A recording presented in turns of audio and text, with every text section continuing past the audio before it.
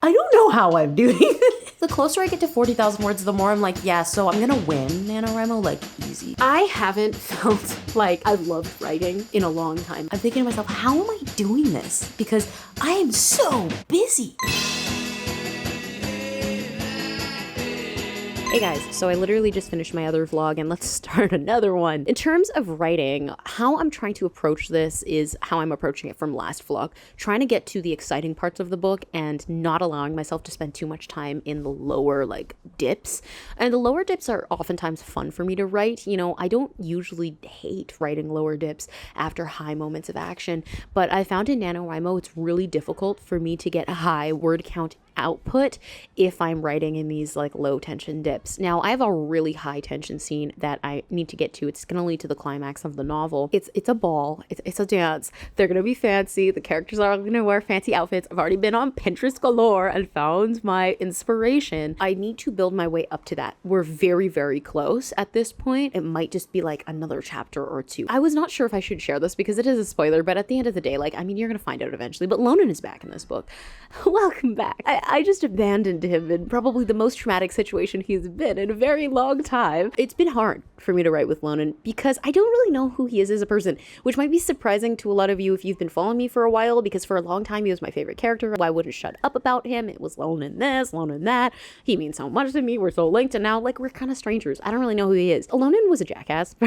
To put it kindly. He was not a good person when he first started out in Fostered. He was a villain. He went after Harrison. He went after Reeve. He made his anti-hero redemption arc in book 3. It took a long time. Harrison doesn't start to trust him, I think, until 2 books later, and they don't really form much of a solid relationship until book 6. And even then it's they're not even really in a relationship in Mothwork and Feeding Habits. If you know, you know. I don't really know who he is because I obviously spent so much time in his head in Feeding Habits, but the last time I wrote his POV in Feeding Habits was January 2021, and I deleted all of that. He also turned into a quieter, introspective, thoughtful person, which it's not that he wasn't that. He's always been kind of brooding, but it wasn't brooding, it was also sensitivity and kindness, and I wasn't used to seeing that. So at this point I don't know who he is. When I wrote him back into the book, it was kind of a terrible experience, to be honest.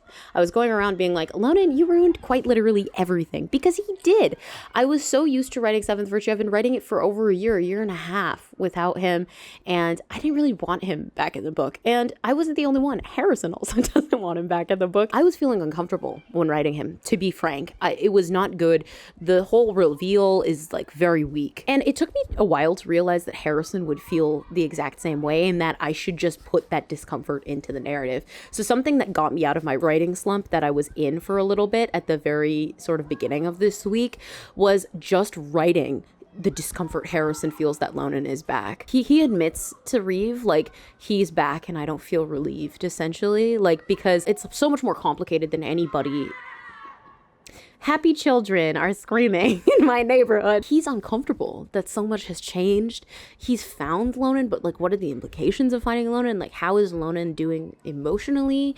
What's he going to need? They all have an inkling of what he went through, but nobody has an inkling of how to support him. So it's a lot more complicated than any of them, including myself, thought. So adding that discomfort into the book on both his and Reeve's side really helped in sort of feeling more comfortable with Lonan being in the book and how uncomfortable that makes everybody. Hey guys, so it's the next day and here's a quick update. So it's Tuesday and my word count at Seventh Virtue is about 38,000 words, which is really fantastic. I think I wrote about 2,000 words yesterday, to be honest. That was really mostly what I did yesterday. I ended off in the middle of a scene that I really want to write right now. I'm so impatient to write it. I'm so excited about it that I just want to get to it so bad.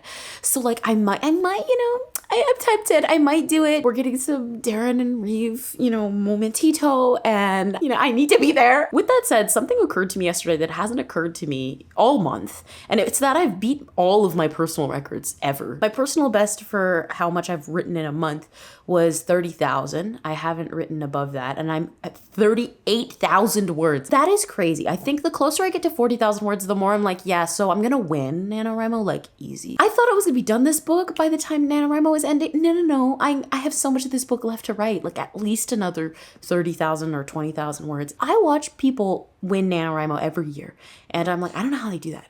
50,000 words in a month is crazy. It's a lot, and those people amaze me.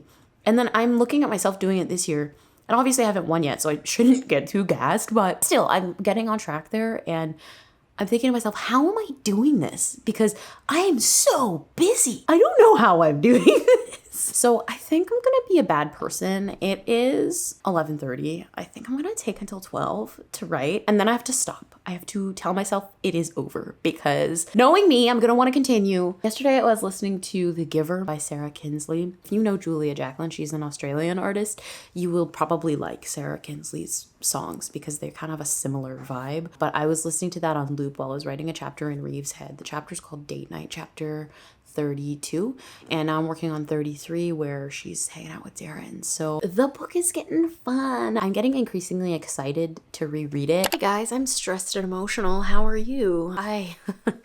I'm having a day. I'm at about almost 40,000 words in the draft. Yesterday, I stayed up late doing something super fun, which is called pulling up a thesaurus and replacing all of my adjectives and nouns until they were deliciously specific. I have had a really emotional start to my day. I'm kind of stressed. I've been dealing with something. So because of that, I don't think I'm really in the mind space to be doing work. So I think I might just do writing, because writing will make me feel better. Yesterday I was revising the scene that I'd written in Reeves' point of view a couple of weeks ago. Actually, not a couple of weeks ago. It was like 2 days ago. In NaNoWriMo, every day is a week, pretty much. And it was the scene with Reeve. She's describing sort of the first couple of weeks when she met her ex-fiance, Joel. And I've been going through it, and it was a really lovely experience. I added like 400 or 500 words just through some revision. Obviously in NaNoWriMo, I don't really allow myself to go back and revise all that much because I'm kind of busy. I don't really have time to do that or like really dwell on it, but I was just so excited to like edit this. It explores some stuff that I don't usually explore, so I found it was really interesting to go and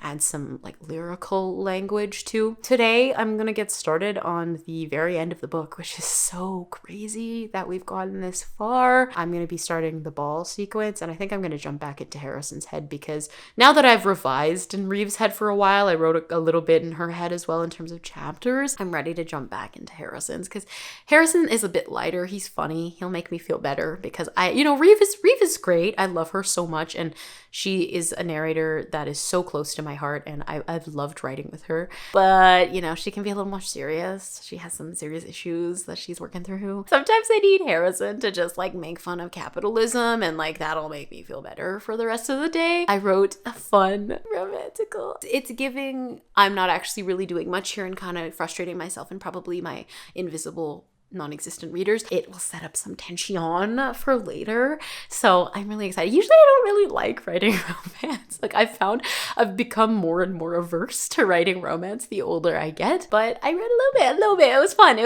was cute. It was sweet. Hey guys, how are you? It has been a while. Let's address the elephant in the room, which is the new room. I'm no longer at school. I had a bit of a personal emergency. I wasn't feeling well in the last clip, and it kind of just got worse from there. I had like an unexpected like tanking in terms of my mental health. It was very out of character, and so I knew that, this isn't normal for me.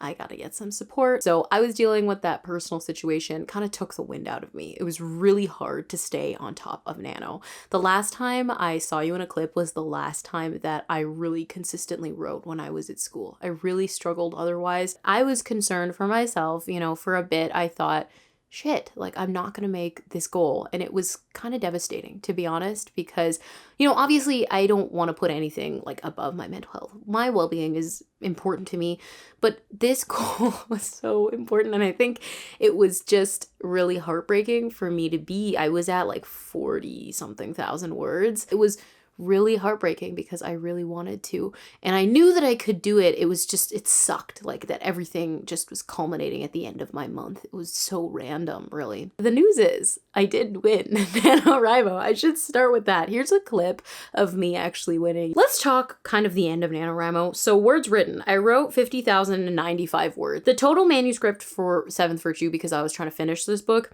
is 155,000 words. This is almost my second longest book. Book 5 5 of Fostered, which is called Splintered, is 157,000 words. So 7th Virtue is going to be longer than it. So this is going to be my second longest book. It's crazy. At the end of NaNoWriMo, I completed 15 entire chapters, which is great. And I also made a good dent into chapter 16. So I wrote chapter 22, Mobbing Birds, 23, Deep Burial, 24, Light Buoy, 25, Foil Balloon, 26, Solemn Promise, 27, Hellish Kingdom, 28, Hollow Point, 29, Lurid Violence, 30, Bloodless Body, 31, First Breakfast, 32, Date Night, 33, Mighty Stranger, 34, Wound Within, 35, Old Habits, 36, Blue Blood, and 37 doesn't have a title because I'm currently drafting it. So that was fantastic. I also beat all my personal records when it came to writing. So my thoughts on the quality, because everybody's always curious, like how much of the NaNoWriMo words is actually usable for you. And I would say a majority, actually. Mostly the writing is fine. The prose is fine. The scenes are fine. There's some repetition in the prose and a couple unnecessary scenes. So with deleting, I might delete like 1,000 to 4,000 words. I can't see myself deleting that much because there weren't whole scenes where I was like, this is terrible and shouldn't even be in the book. But most of it works quite well. Most of the writing is fine. Like, I'm kind of impressed that I wrote all of this and it's not shit, like in a month. Good for me. What are the things I did to actually beat NaNoWriMo? I've never actually won NaNoWriMo before. Number one, I did camp in July and that helped because I did camp for this project and I world built the shit out of this project. I have an entire vlog going through that process, how I did it, tips for you if you are very confused about world building. And that really helped a lot because I basically did the groundwork for myself a couple of months ago. First thing I did, I really prioritized writing, and sometimes I did this over my other responsibilities. I'm not saying that what I did was right because context, you all know this, but if you are stumbling upon this video, I'm a full-time student. I take a full-time course load. I live on my own. I live with my sister. So I have, home care, maintenance, things like that. And I do about like 5 to 10 hours of volunteer work a week on top of everything. And YouTube. I really prioritized the writing. I was doing writing when I was like, I should be doing school, but like whatever, it's my last year. And I felt very lucky and grateful that I could do that and still, do well. Number 2, I got ahead and I stayed ahead. I tried to get ahead 500 to 1,000 words each day because I found it was way less overwhelming to just stay ahead rather than having to like catch back up on words. So even if it's like getting ahead 100 words, it was easier. I tried to get ahead at least 500, so it felt more like I just had to write 1,000 words, which I can usually do quite easily with 7th Virtue. With 7th Virtue in particular, which I'll talk about later, could not have done this with another project. So number 3, if I had a good writing day, I kept writing and I recontextualized my other duties for later. So again, this is not necessarily, I wouldn't recommend this, but what I would do is, if I was finding I'm having like a really good writing day, okay, I'm just gonna spend the rest of the day writing and do my schoolwork later. Number 4, I reused old scene ideas that I wanted to write into this book anyway. There are some scenes from the old books. If you didn't know, 7th Virtue is part of a series. It's really long and complicated. Video linked in the description if you're interested in hearing the really complex lore. And there are some scenes from the old books that I really wanted to write into 7th Virtue. Now, for example, there's one where Harrison and Reeve like talk in a tree, and I think this happens in book 2. I can't remember. One was 2015, like 7 years ago. Oh my God. Yeah, a long time ago. So I ended up writing that scene into the book. Now, it wasn't copied word for word because context is completely different. It was just the idea that I managed to like reintegrate into the book. So, if you're like an outliner, it might be kind of like the equivalent to outlining. On the other hand, I rewrote old scenes into the book. I did this a couple of times, not many times. I think it was 1 or 2 times that I did this. So rewriting old scenes and reusing old scene ideas was different. So rewriting old scenes meant I copy and pasted like something from another piece of writing, like one of the other books, and I pasted into 7th Virtue. And then I went in and I did some tweaks. The biggest one for this was Mothwork. So there's a scene in Mothwork where Lonan and Harrison pierce Harrison's ear, like they do it together. And it's this whole thing in Mothwork. And because Mothwork is relatively recent, I probably wrote that scene in 2019. The writing itself is pretty good. Like it's pretty comparable to how I write right now. So I didn't really have to make many changes. The next thing I did, on slow days, I went back and beefed up scenes if I was too tired to draft. This helped me out a couple of times. One time, I think I got ahead an additional 500 words just by revising something. The final thing I did was I pretended I was happy with the book or the scenes, even if I wasn't. This is something that I'm going to continue to do after NaNoWriMo because it was very productive for me. I asked myself, how would I feel if I did write this in the way I wanted to? So there were a couple of scenes that really sucked. Like the Lonan reveal is so freaking bad. I don't even want to read it because it's so bad. How would I have felt if I actually liked this, if it actually worked? And then I just kept going because there's just not enough time. I also don't care anymore. And that's something I'm grateful about. NaNoWriMo really taught me how to care a lot less, which was fantastic. That leads me to things I learned. Number 1, playlists are surprisingly helpful. I'm one of those people who I think has been a bit of a snob when it comes to doing fun things for your book that isn't writing. I regret not doing any of this stuff earlier. I did playlists as part of my Preptober. I have a vlog about it and you can listen to them. I saw that there are people who follow my Spotify and like, I know my Spotify is public and I share my playlist, but I just didn't think that like people would actually be interested in listening to my chaotic playlist. So like, if you follow me on Spotify, you're a real one. Thank you very much. But the playlists were surprisingly helpful. I had 2 that I used for a majority of the writing sessions. I almost always wrote with music in November. I don't know why. Sometimes I don't, sometimes I do. This time I always did.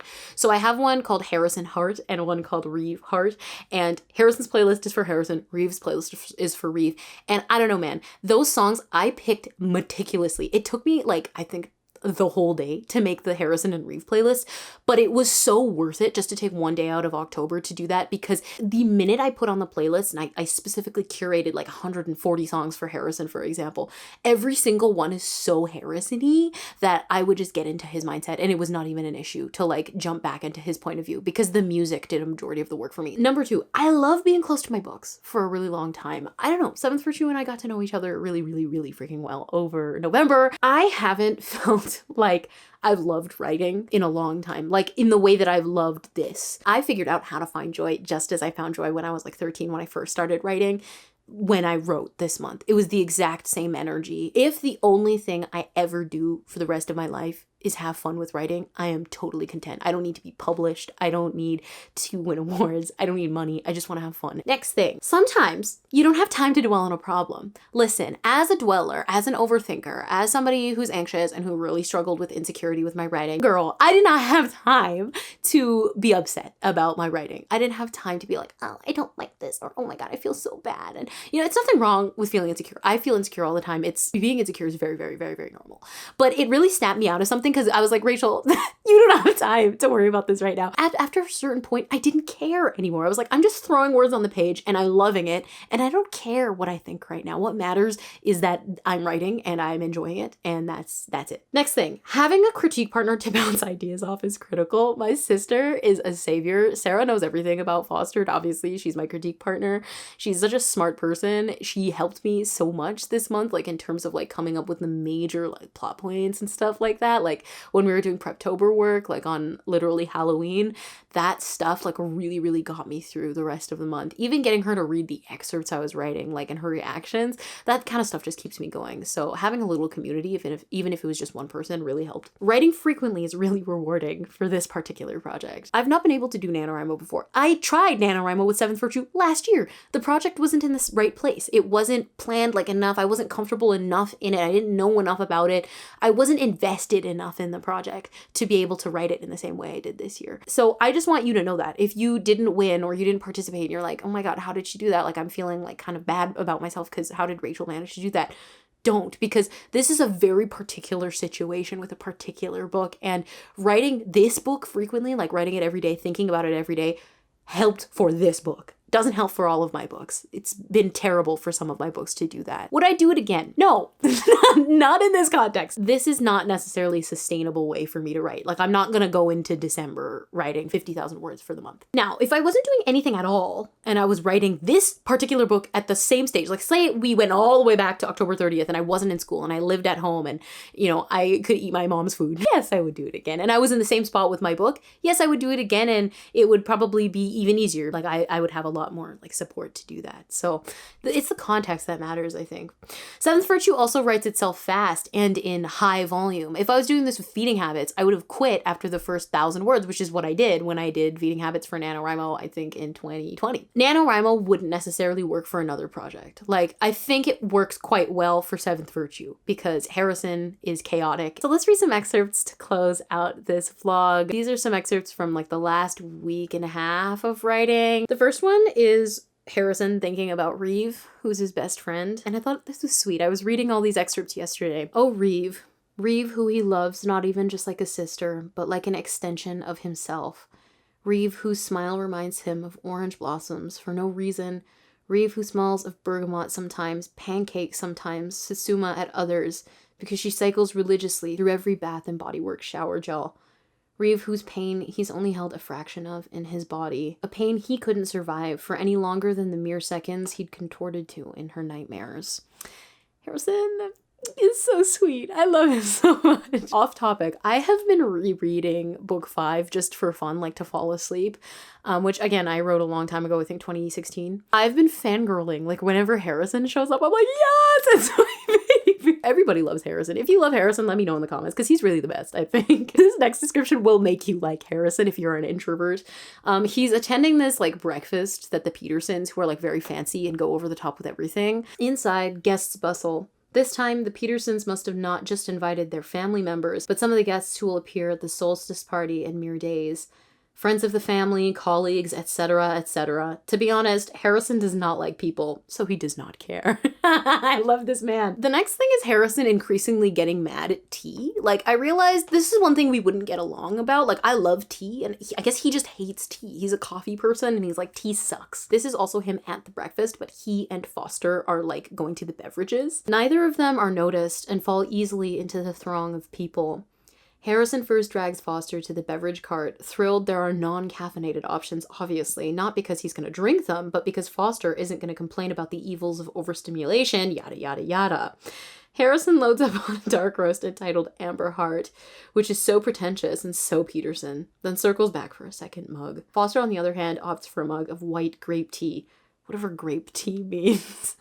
I don't know what grape tea is. It's just something I came up with. Maybe it's a real thing and it's really good and he shouldn't be judging, you know? This next bit is Harrison and Reeve experiencing kindred trauma. Perhaps Darren doesn't get it. Perhaps Foster doesn't either.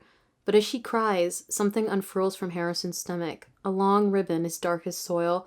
The same ribbon that used to glow lemony like sunlight. That same ribbon now rotting as quickly as a flower bud once snipped off the stalk. He'd held onto it from the first moment he realized the nightmares could have been a form of communication, and not just a spattering of bad luck.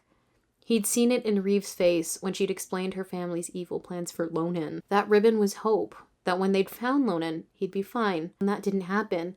And when he woke up, he'd be fine, like nothing ever happened. Harrison keels over his friend, gripping her hand as hard as she grips his. Their hope is gone, now an ugly dangling thing neither of them can jump high enough to catch again. What they're left with as they cry over each other is grief. Oh, I feel so bad for them. Yeah, that's Lonan trauma. This next bit is in Reeve's point of view, and it's actually like a backstory kind of flashback of her thinking about a date night she had with her ex-fiancé Joel, who sucks as a person. It's date night.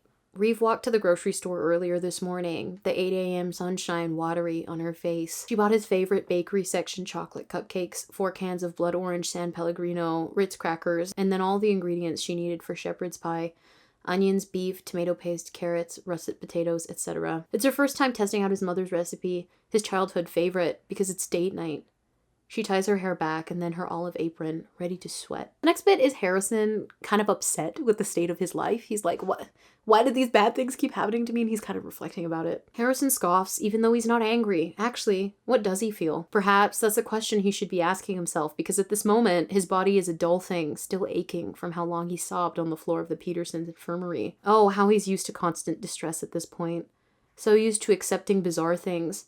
That his mother will likely never return to his life, that at one point she was laminating pastry dough and the next, gone as if she never existed.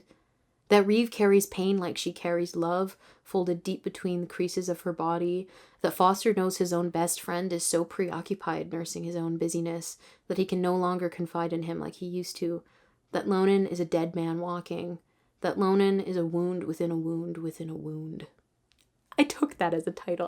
I'm saving that for something later. This next bit is a memory Harrison has of his mother cutting his hair. When he was a boy, Suze used to cut his hair while she watched The Young and the Restless. She'd sit Harrison on a rocky bar stool, secure his neck with an old Walmart bag, and dredge up the kitchen scissors. The lovers arguing always made them laugh, even if Harrison was too young to understand what was being said. Sometimes, Suze would buy bottles of Sprite from the corner store, especially for moments like this, and Harrison would sip as she snipped. It was a rare moment of calm for them when nothing else mattered except for mother and son. A positive memory Harrison clings to now. He's so cute. So that's how I'm gonna end off this video. Thank you for following my NaNoWriMo journey. The month started well, ended weirdly, but you know what? We're gonna keep moving on. I'm grateful for every day I get to write my books, and I hope that you guys had a good November. I'm not sure how frequently I'm gonna be posting on this channel, to be honest, because I have kind of been thrown for a loop the last couple of weeks. Thank you for staying patient with me, but for now, I'll see you guys in another video. Bye.